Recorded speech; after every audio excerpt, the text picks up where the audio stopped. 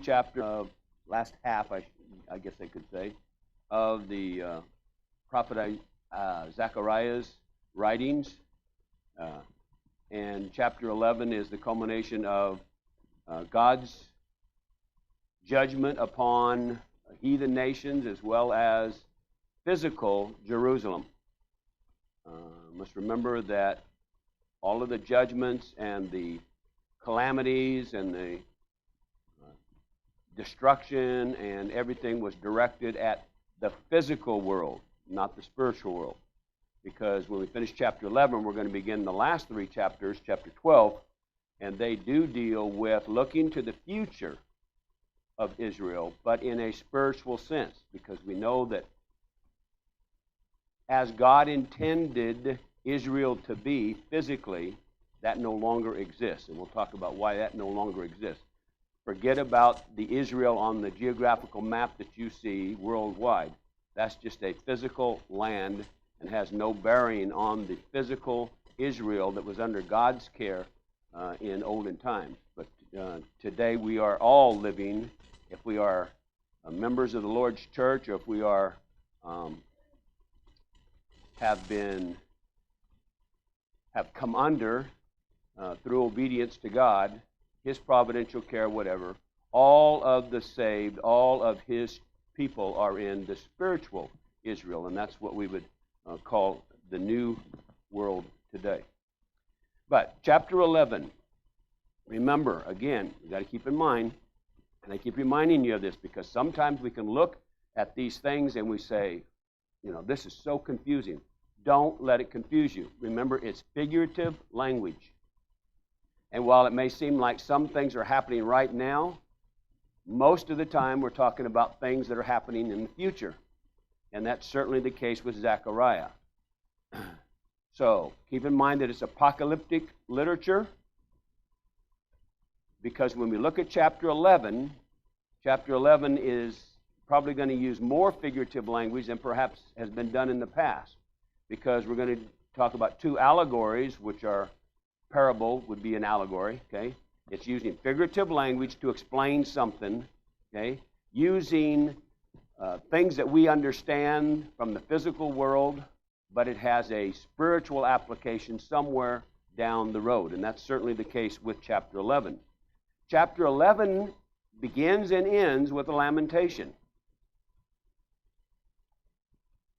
The first three verses: "Open your doors, O Lebanon, that fire may devour your cedars. Wail, O cypress, for the cedar has fallen, because the mighty trees are ruined. Wail, O oaks of Bashan, for the thick forest has come down. There is the sound of wailing shepherds, for their glory is in ruins. There is the sound of roaring lions, for the pride of the Jordan is in ruins." That last phrase, the pride of the Jordan. If you're up on your history of that particular part of the physical world, Egypt is at probably a greater advantage than any other country in Africa, because it has this rich river that runs through it that's under their control. And along the eastern, especially the eastern side, not Egypt, okay, Canaan, the Palestine, Israel. Egypt has the Nile, which is just as fertile. But Jordan, although it's in a desert area, along its shoulders there are thick forests. And the Bible describes it in different ways as a thick, impenetrable forest. And at one time, lions even existed in that particular forest land. What's interesting about what Zechariah is saying here is that something is going to happen, if it hasn't already happened, begin to happen. They should know it's beginning to happen. That's all going to disappear. If you go along the Jordan River today, you will not see it in this way it used to be many, many, many years ago, because of the judgment that did come upon it from the Lord. the lions no longer exist in that particular forest. These thickets, these rich pasture lands, it was noted for having rich pasture lands for the shepherds, those are all gone. Most of it is very arid, very desert-like. And so that's what Zechariah is lamenting about at the beginning of this. That the Lord is going to bring a judgment upon them, and it's going to completely devour. Now, the reference to the cedars and the cypress, most of us have heard of the Lebanon Cedars. Lebanon Cedars was used by many, many countries in that era and at that time to build great palaces, build great edifices, great buildings. Even King Solomon used cedars from Lebanon. And Lebanon is situated at the top. Today, Lebanon would be, Phoenicia would be Lebanon, okay? So on your maps, when you look at it, up on the north edge, remember, was the empire of Phoenicia. Okay, that's Lebanon today. But there were great cedars that were used throughout that region. They were very strong. They were used specifically in King Solomon's temple to hold everything up because they were so strong. And then, of course, cypress, some of the Bibles use the term fir or juniper, which are all kinds of cypress, regardless of what kind of cypress it was. But cypress was used by King Solomon to do the flooring or the roofing of these great temples. Well, all of this is going to be gone. And there's a picture here of these great cedars wailing over the disappearance of the cypress. The cypress is wailing over the fact that the cedars are gone. The cedars are wailing because as they have seen what's happened to the great cypress, they know that the same thing is going to happen to them. Why are the shepherds wailing? Because their pasture land is gone. They have no more pasture land. And so it's a great devastation and a great tragedy upon this particular region. The oaks of Bashan reference is in the area of Manasseh, which is the northernmost part of the land of Canaan. It's a modern-day Syria, if you look on a map today. Okay? All these rich pastures and these majestic oaks that made up this forest land or these jungles are all disappearing. They're all going to be gone. Okay? This description, by the way, is also, and this devastation upon these is also described by Isaiah and by Ezekiel. Okay? And as we said earlier, the lions that once inhabited this jungle will be no more. And so we have this great wailing that's taking place over what is going to happen or is happening to this physical land. Now, there have been some debate about the symbolism that is presented in this particular description of this devastation and destroying. Some of it is that the cedars and the oaks that are talked about here are Syria and Egypt, because these were specifically two countries that came up very strong against God's people. Another one says that the king of Assyria, Tilgath-Pileser, it was his invasion of Israel. Remember, he's the one that led the 10 northern tribes off into captivity. What Homer Haley and others suggest specifically is that we have to remember, keep this in context. Context is trump. Remember that.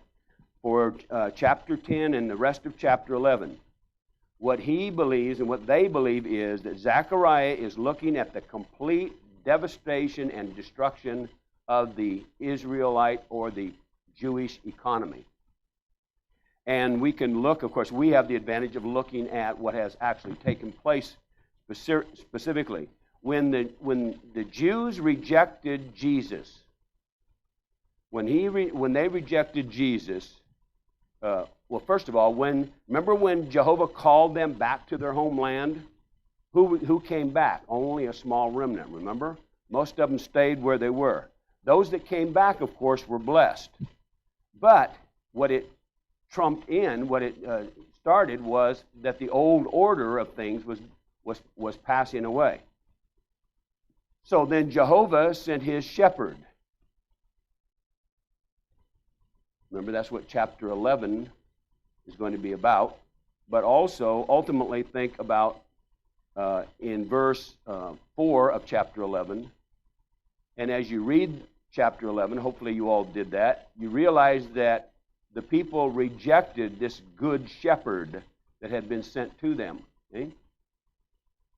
But what we're talking about here is the good shepherd, Jesus Christ. Okay? When the Jews rejected him, we'll talk more about some of the things that were said about their rejection here in a little bit. The Romans then were brought in against this land. Okay? And all that was lofty for the Israelites, all that was noble, great, meaningful, was destroyed. Remember, the Roman Empire brought down Israel to almost nothing. Okay?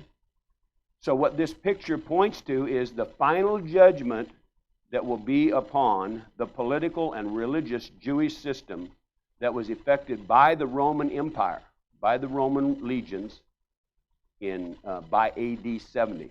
Because by that time, the Jewish system was completely done away with in terms. The Orthodox Jews today are a religious group. They're not necessarily physical descendants, although some will claim that they are, and perhaps they are. Okay? But the Orthodox Jews today and the Reformed, they call them Reformed Jews. Why do they call them Reformed Jews? Because if you can't go to Jerusalem once a year, you're not an Orthodox Jew, because that's what the law required them to do. Okay?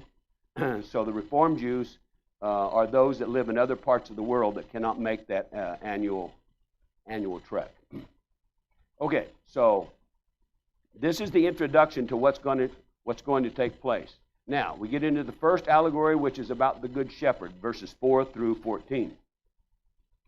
So, this Good Shepherd is going to be rejected by Israel.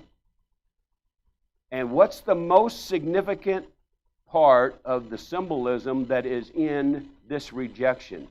What do they do, or what do they pay this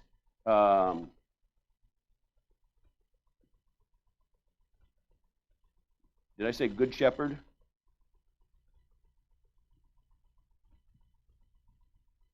Well, actually, first we want to talk about the prophecy of the three shepherds, not the Good Shepherd yet. We'll get there, okay?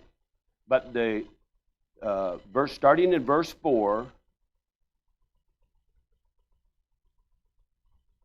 this shepherd was rejected by physical Israel. And I've got my notes mixed up here a little bit, and I apologize for that. We're going to first talk about what takes place with the prophecy of the shepherds who are currently in place, so to speak. And then that will lead us into the prophecy, the allegory of the Good Shepherd. Okay, so here, let's go back now. The flock of the slaughter. We're in verse 4 now, verses 4 and 5, okay? These are doomed to slaughter. These represent the people that are oppressed and bought and sold like sheep. Okay? Depending upon what version you're reading, they're described in different ways. Okay, some, I think the New American Standard calls it doomed for slaughter, but the literal expression was the flock of the slaughter. Now, these shepherds that we're talking about here are the foreign rulers to whom Israel was subject. What did they do? They made themselves rich. They exercised no pity upon the people. They had wicked and inhumane treatment.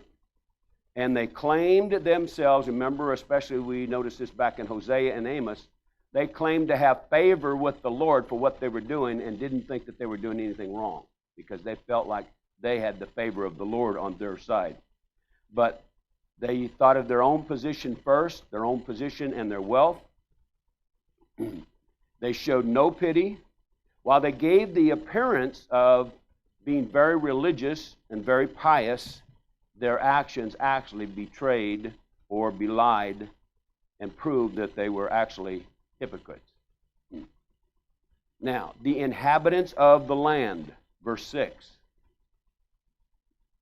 Jehovah will have no pity upon the inhabitants of the land. Jehovah will, and this is not a reference to the remnant or to the humble of the Lord's people. This is a reference to those of the heathen nations now. And what God is saying here is that I am going to leave them to destroy each other. He said, I'm not going to deliver one power from another. I'm going to leave them to go up against each other. I will not deliver one power from another. We'll just let them destroy themselves. Is basically what he's saying. Okay? Then we have the good shepherd coming in verse 7. And this good shepherd takes up the care of this flock, this remnant, as it were. Zechariah is actually the person of the good shepherd. He's actually going to carry out the instruction that was back in verse 4. Feed the flock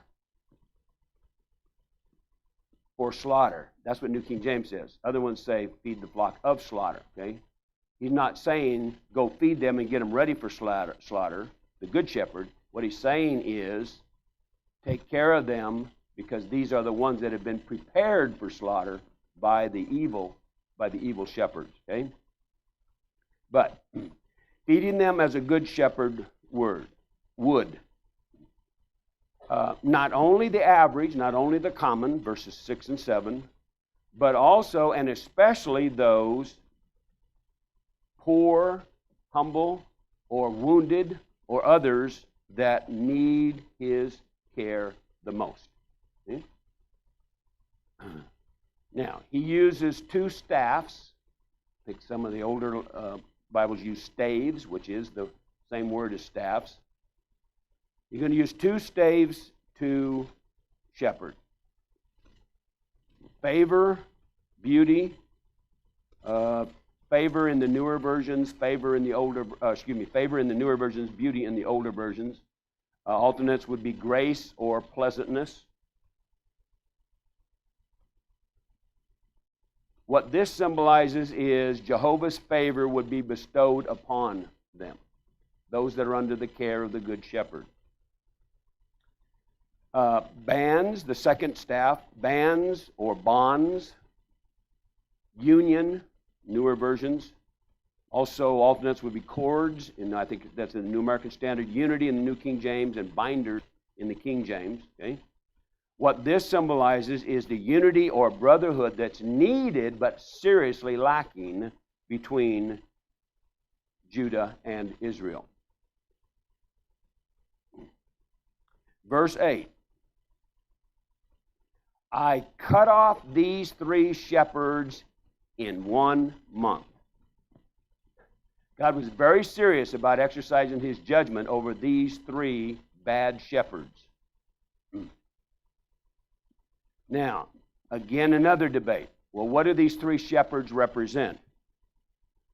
Could be kings, priests, and prophets of Israel, or it could have been the under-shepherds under the good shepherd, because they didn't do what they were supposed to do. They didn't do what they were told to do. And remember, we've studied in previous minor prophets about the kings and the priests who did not do what they were supposed to do, had profaned every responsibility that they had, and did not do what they were supposed to do. But basically what this means is that those who do not conform to the standard set by that shepherd are cut off. They're dismissed. Some versions say destroyed. And they're done in what we say is post-haste, very quickly. See? Now, my soul was weary of, New American Standard, impatient, King James, New King James, loathed them, and their soul abhorred, detested, was weary of me. Again, most scholars believe that here it's the relationship that the people have. Okay? The people that were being led or influenced by the three shepherds loathed the good shepherd Zechariah. And Zechariah had righteous disgust over them. Why? Because their attitude indicated a rejection of Jehovah's providential care through the good shepherd. And so the prophet gives them up to their own fate. He will no longer feed them. He will no longer care for them. He will leave them to themselves to reap what they have sown. As Matthew 23, 37 to 39 tells us. Now, the symbolism in verse 9 about these three ways in which they will either consume or be consumed. These three scourges are probably indicating a pestilence, sword, and famine, which was introduced earlier to us by the three ways which all the heathen nations would come down, would be destroyed. So it will be with the people, with this group of people who are led and influenced by these bad shepherds, and that's the means by which they will be taken down. So what does Zechariah do? Verses 10 and 11. Zechariah breaks the staff, first, of favor or beauty. What this signifies is Jehovah's covenant of favor has been broken. It's been taken away from the people. Now, this was not the covenant of the law. This was a covenant where God restricted other nations against the people, against destroying them or providing any harm to them. So what this means then is that now the flock is going to be left at the mercy of the nations. Whatever happens, happens. The poor or afflicted are probably indicating the humble of the people who now realize that the termination of this covenant was according to the word of the Lord. And of course, the poor here or afflicted is a reference to the faithful remnant. They would know that what's happening, they will know that what's happening is according to God's will, according to God's word. For us, in the light of this, we want to think about Matthew, the 21st chapter, verses 33 through 46. Parable of the vine dresser. What happened with the parable of the vine dresser? Okay? The good vine dresser, the landlord, so to speak, who left all of his vines under the care of others, would send, welcome back, Mark, he sent representatives back. What did they do to him? They killed him. Sent two representatives. Then what did he do? Well, he sent his only son. He sent his very son to them. What did they do? They killed him. Obvious to see what that is a reference to. What I really find is Acts the 13th chapter, verses 45 through 46. Paul and Barnabas are at Antioch, and they're admonishing the Jews. And I really like the way that Paul put this, because Paul is a very eloquent spokesperson. He's very well educated, of course. And when he wants to be sarcastic, he can really be sarcastic. But remember what he told them? He said, you, meaning the Jews, you reject it, meaning the gospel. See? And then listen to what he says. And you judge for yourselves that you're unworthy of eternal life. How sarcastic can that be? You've done it to yourself. Nobody else judged you. By rejecting the gospel, you have determined that you're unworthy for eternal life. So what does he say? We're going to turn to the Gentiles. We turn to the Gentiles. So very, very eloquent way of admonishing the Jews. Now, verses 12 and 13 are key verses in chapter 11 because they confirm this allegory was prophetical. We're in Zechariah, the 11th chapter, Mark. Okay, Matthew 26 through 15. Oh, let's go back. I forgot something. Very important something. Well, no, we don't go back because it's in 12 and 13. When they paid the shepherd what he was worth, what did they give him? 30 pieces of silver. 30 shekels, some of the versions say. Shekel is worth about 32 cents in today's. But here's what's interesting about that. Matthew, the 26th chapter, verse 15. What was Judas Iscariot? What did he receive for betraying Jesus? 30 pieces of silver. Okay? And then what did he do with it? He threw it into the sanctuary. Okay? And then what did they do with it? They didn't know what to do with it. They said, this is blood money. You know? What did they do? They went and bought a potter's field. That's exactly what's taking place in verses 12 and 13. That's what confirms this particular part of the prophecy as being prophetical. Okay? Now, you look at Exodus, the 21st chapter, verse 32. That was the price set in the law, set by Israel for the price of a wounded, incapable, not fully complete slave. Okay? And of course, then that was one that was injured by an oxen, remember? And then what did they do with the oxen? They put it to death by stoning it. Okay? So this was the price that Israel themselves had placed on a wounded slave. That's how much they thought of this good shepherd. Okay? Okay, now, Zechariah breaks, we're in verse 14 now. Zechariah breaks the second staff, which was union or unity. Symbolically, this completely severed the bond of brotherhood between Judah and Israel. There would be no longer any fraternal bonds to hold them together, and that would lead to their own demise. They rejected Jehovah, so now he rejects them. No longer will he try to hold the nations together as one. Now, we know that this part of the prophecy was fulfilled historically. When the Jews rejected Jesus as the Messiah, that brought themselves the curse of being rejected by God. Jeremiah had prophesied the same thing. Judah would be like an earthen bottle, would be shattered, could never be made whole again. This is in Jeremiah, the 18th and 19th chapter. When the temple was destroyed in AD 70 by the Romans, that religious system of Judaism was completely crumbled. Okay? No longer were there any tribal identities for the Jews. It was completely lost. And of course, all the animal sacrifices ceased. And the nations has been in remnants ever since. So no longer can they count themselves as a complete nation.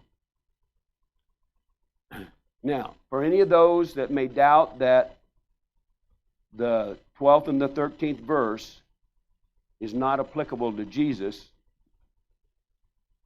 we consult Matthew, the 27th chapter, verse 9. Because in Matthew 27:9, okay,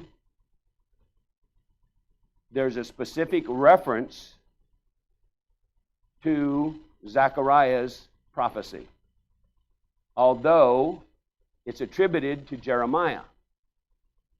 You look in your reference Bible, go back to Matthew 27:9. In most of the Bibles, it will reference Jeremiah instead of Zechariah. Okay?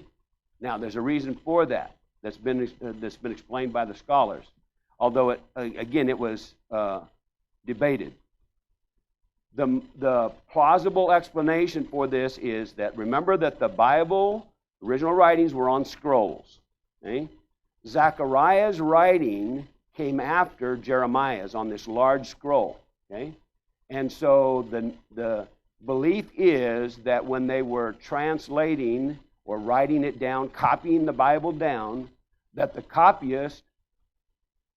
either the copyist saw Jeremiah as the head of the roll and said Jeremiah, okay? Or Matthew himself misquoted. Well, anybody who knows about the inspiration of the Bible would reject that right off the bat. Matthew didn't have any absence of mind in terms of who it attributed to. So, the most plausible explanation is that it was simply a mistake on the part of a copyist, because Zechariah's writing followed on a larger title that was attributed to Jeremiah. But it is Zechariah's prophecy. Okay? All right. Any question through verse 14? Okay, now let's very quickly talk about the allegory of the foolish shepherd, verses 15 through 17. That'll finish off the chapter.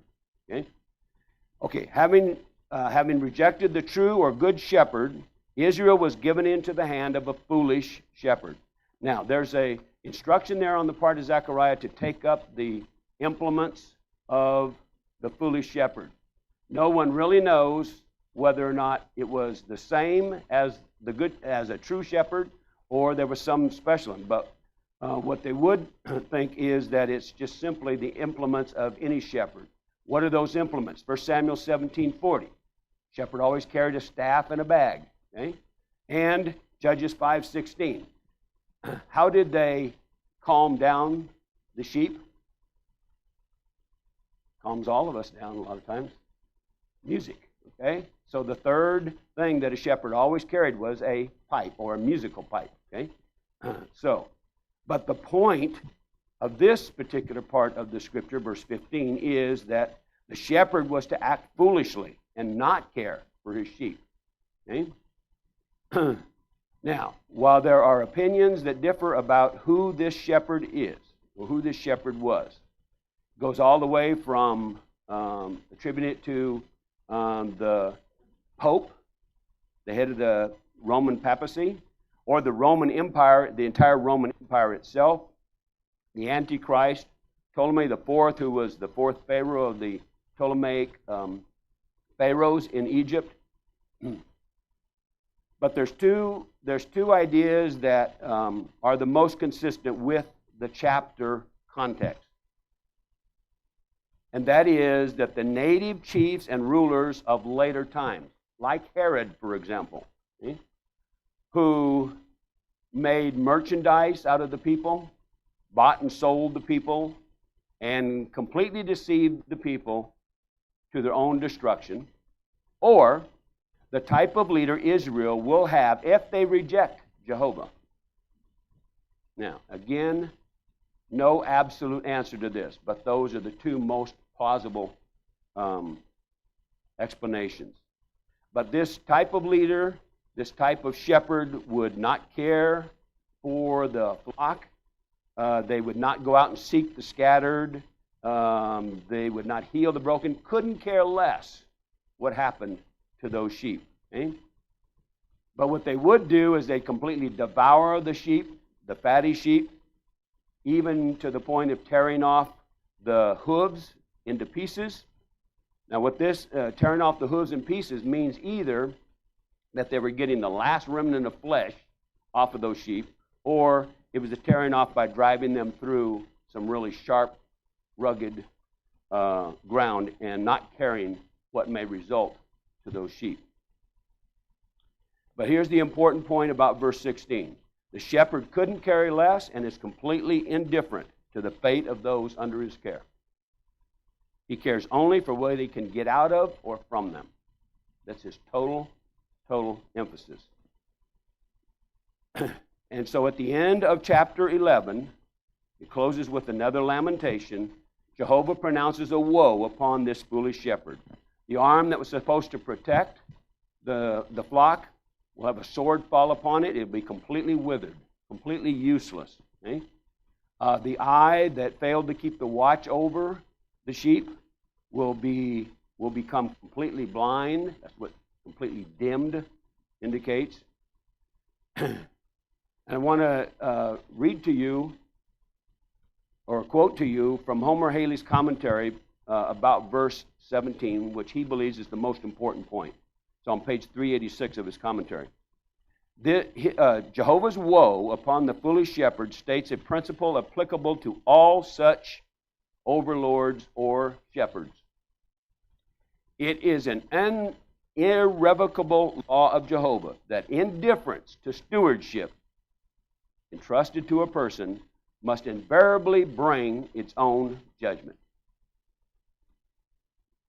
Now think about that. All of us are stewards in some way. So think about that. The part that I agree with him wholeheartedly specifically applies to the shepherds. And I think that far too many of our elders, our shepherds, our bishops in the Lord's church have forgot about this. Okay? I think this is especially true to the shepherds of the Lord's church, no matter where it's located. Hebrews 13:17 is a warning to shepherds. You're going to give an account for what you do with that flock. And if shepherds don't remember that and don't take their responsibilities seriously, I fear the judgment that's going to be upon them. I really do. And I can assure you that the shepherds here do take our responsibilities seriously. It may be difficult, and it is difficult a lot of times, but it has to be done. Okay? All right, any question on chapter 11? I can summarize chapter 12 for you. I don't want to fall behind now because we're getting to the end of this, and I want to make sure we can get through Zechariah as well as Malachi. Okay? But what chapter 12 does in the last three chapters is we go back to that in that day. In that day occurs 17 times throughout the rest of Zechariah. In that day always refers to what? Judgment. Okay, remember that. All right. And it's specifically in the prophetic language, in the apocalyptic literature, specifically refers to the Messianic era. Okay? Again, the word burden simply means, it has a literal meaning of a heavy load to be borne or to be lifted up, and specifically refers to something that needs to be proclaimed. Okay? It needs to be delivered to the people. And remember, whereas chapters 9 through 11 talked about the judgment that was going to come upon the nations, including Israel, now we're going to look at a revelation about the holy and indestructible character of the new spiritual nation, the new body. So in this context, Messianic era, Jerusalem stands for the new spiritual city, composed of the newborn citizens. Hebrews, the 12th chapter, 22 through 23, and Revelation 21:2 talk about that. And Israel is the new people of God. It is a spiritual reference, a figurative reference, not a physical reference. But these new people of God, of course, come under the rule of the Messiah. Okay, spiritual Jerusalem will be delivered. Here's what's real, and it's introduced by, don't forget about the power of the spoken word. How was this entire universe created? Because God spoke it into existence. And that's the point that is made in the first few verses of chapter 12. Okay? Verses 2 through 4, all attacks against Jerusalem, in the spiritual sense, will be defeated. Remember, Hebrews, the 12th chapter, verse 28, the kingdom, the church, cannot be moved. It cannot be shaken. Continuing on to verse 2, it'll be a cup of reeling. This is a sign of like just staggering drunkenness. You get this picture of you don't know where you're going or where you've been or where you're going to. Okay, be a heavy burden, a heavy stone. You try to lift a heavy stone. Okay, it's going to injure you. That's the way the new kingdom's going to be. No one will be able to stand up against the new Jerusalem, the new Israel. It will be completely defeated by Jehovah, because he will strike every horse, strike every rider of a horse, strike every horse of the people into complete madness. And again, this is all figurative, but the point being here is that Jehovah is going to create a situation where no one's going to be successful in coming up against his Israel, his new church, his new spiritual kingdom. Okay? Now, there is an important point about verses 3 and 4, where it says, where it uses the terms madness, blindness, bewilderment. In Deuteronomy 28:28, that was the possible consequences to the Israelites for their disobedience. And so he's using that same, something that they could certainly understand would be what would happen. The point here is that the ultimate victory is through the strength of the Lord. No matter who you are, no matter what you try to do, if you're not using the strength of the Lord, you're going to fail. And that's the point that's being made. He will provide strength to the people to withstand any onslaught that would come up. It would be they would be like a fire pot sitting in a wood pile that's on fire, a flaming torch that would set sheaves of grain that have been gathered together and tied into bundles are called sheaves. It would set them and completely devour them. Okay? And so this Jerusalem will be left unscathed. This new Jerusalem will be unscathed and forever stand as the city of God. That's affirmed also in Isaiah the 2nd chapter, verses 2 through 4, and Hebrews the 12th chapter, verses 22 through 23. In the salvation or redemption of the people, of his people, all will stand equally. That's the point made. No matter whether you're royalty, whether you're priest, whether you're humble, poor, or whatever, you stand equally with anyone else. The only glory that is to be given is not to individual groups. The only glory that is to be given in the redemption or salvation of the Lord is to God himself. That's the only one that is entitled to glory. And since all have sinned, Romans 4:23, we're all saved by the same grace, and so therefore no one can glory in themselves. And verses 8 through 9, Jehovah will destroy all that come up against his people. The feeble would be those that are most likely to stumble. They will become as bold and courageous as the young David, not the sinful David. The house of David will be like God. It means that will be completely without weakness. Okay? And it will be as the angel of the Lord, placing the angel of the Lord on the same level as himself. The reference to the looking on of the pierced, and I want to finish this up in about a minute and a half. The looking on to the pierced, it's not the piercing of God.